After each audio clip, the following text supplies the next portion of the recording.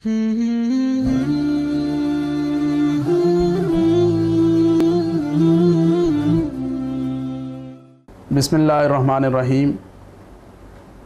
आज के दौर में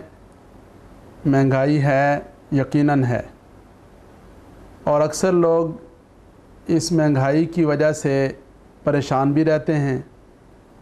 लेकिन देखने में ये आया है कि कुर्बानी के दिनों में, हज के दिनों में महंगाई का रोना थोड़ा सा ज़्यादा रोया जाता है। कुछ तो वो लोग हैं कि जो गलतफहमियाँ फैलाना चाहते हैं, मुसलमानों को दीनी आमाल से बाज़ रखने के लिए वो दानिस्ता तौर पर इस बात का प्रोपेगंडा करते हैं। मीडिया के ज़रिए से इन बातों को हाईलाइट किया जाता है और मुख्तलिफ़ किस्म की रिपोर्टें चलाई जाती हैं जिनके ज़रिए से ये खौफ व हरास पैदा किया जाए कि महंगाई बहुत ज़्यादा है, जानवरों की जो कीमत है वो आम आदमी की कीमत ख़रीद से बहुत बाहर है, जिसकी वजह से लोग मंडियों का रुख नहीं करते, लोग जानवरों की ख़रीदारी की तरफ मुतवज्जे नहीं होते। और अमूमन बहुत सारे लोग ये ख्याल कर बैठते हैं कि महंगाई के इस दौर में हमारे लिए इंतज़ाम करना मुश्किल हो जाएगा। याद रखें कि अल्लाह रब्बुल इज़्ज़त ने जिन खुशनसीब लोगों को साहिब निसाब बनाया है, गुंजाइश दी है और उनके ऊपर कुर्बानी वाजिब है, तो मुमकिन है कि उस मौके पर कुर्बानी के महीने में, कुर्बानी से एक महीना पहले उनके पास यक वक्त एक जो रकम है वो मौजूद ना हो, यकमुश्त रकम का इंतज़ाम ना हो। लेकिन हमारे यहाँ देखने में ये आया है कि अल्हम्दुलिल्लाह ज़िंदगी के जितने मामलात हैं, बच्चों की शादियों का मामला है, प्लाट की ख़रीदारी का मामला है, मकान बनाने का मामला है, गाड़ी लेने का मामला है, हर मौके पर ऐसा नहीं होता कि हमारे पास यकमुश्त सारी रकम मौजूद हो और हम वो उठाकर ले जाएं और जाकर गाड़ी ख़रीद कर ले आएं। हमारे बैंक में और हमारे पास इतनी रकम वाफर मकदार में मौजूद हो कि हम प्लाट ख़रीद लें और अपना मकान बना लें। ये जो मुश्किल हमें पेश आती है ये हज के मौका पर पेश आती है या कुर्बानी के मामले में पेश आती है। तो याद रखें कि जब हमारी तरजीह अल्लाह रब्बुल इज़्ज़त का दीन होगा, अल्लाह रब्बुल इज़्ज़त का हुक्म हमारे लिए मुकद्दम होगा और हम इसको अपना दीनी फरीज़ा समझेंगे, अपनी दीनी ज़िम्मेदारी समझेंगे और इस बात का एहतमाम करेंगे कि हमारे ऊपर हज फ़र्ज़ है तो हमने हज की अदायगी को तरजीह देनी है। हमारे ज़िम्मा कुर्बानी वाजिब है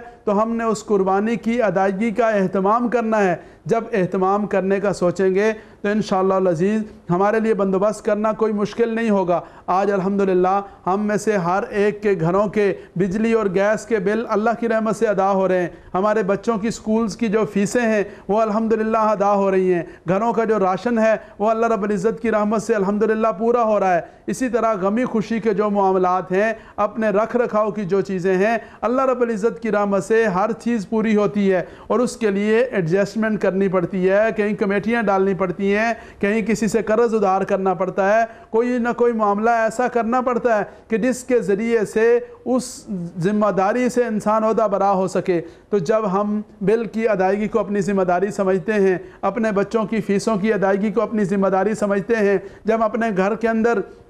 राशन वगैरह को लाने को अपनी ज़िम्मेदारी समझते हैं और इसी तरह ख़ानदान और बरादरी में होने वाले शादी ब्याह और गमी खुशी के मामलात को निभाने को अपनी ज़िम्मेदारी समझते हैं, तो अल्हम्दुलिल्लाह उसका इंतज़ाम भी हम करते हैं। लेकिन अगर हम दीनी मामलात को, हज को, कुर्बानी को, दीगर ज़िम्मेदारियों को हम अपनी ज़िम्मेदारी समझेंगे तो इंशाअल्लाह अज़ीज़ उनकी अदायगी भी हमारे लिए आसान हो जाएगी। लेकिन अगर हम इसे ज़िम्मेदारी नहीं समझेंगे तो ज़ाहिर है कि हमारे लिए वो बोझ बनेगा और ये बोझ ऐसे ही बनेगा जैसे आपने देखा होगा कि देही इलाकों में, पहाड़ी इलाकों में उमूमन धुंध आ जाती है, ऐसे लगता है जैसे बादल पहाड़ों पर, ज़मीन पर उतर आए हैं। दूर से देखते हुए यूँ नज़र आता है कि जैसे बहुत ज़्यादा अंधेरा है, दूर से देखते हुए यूँ नज़र आता है कि जैसे रास्ता नहीं है, गुज़रगाह नहीं है। लेकिन जब इंसान हिम्मत करके आगे बढ़ता है तो उसे नज़र आता है कि वहाँ कोई धुंध नहीं, उसे नज़र आता है कि वहाँ कोई बादल नहीं। अल्लाह रब्बुल इज़्ज़त रास्ते उसके लिए खोल देते हैं।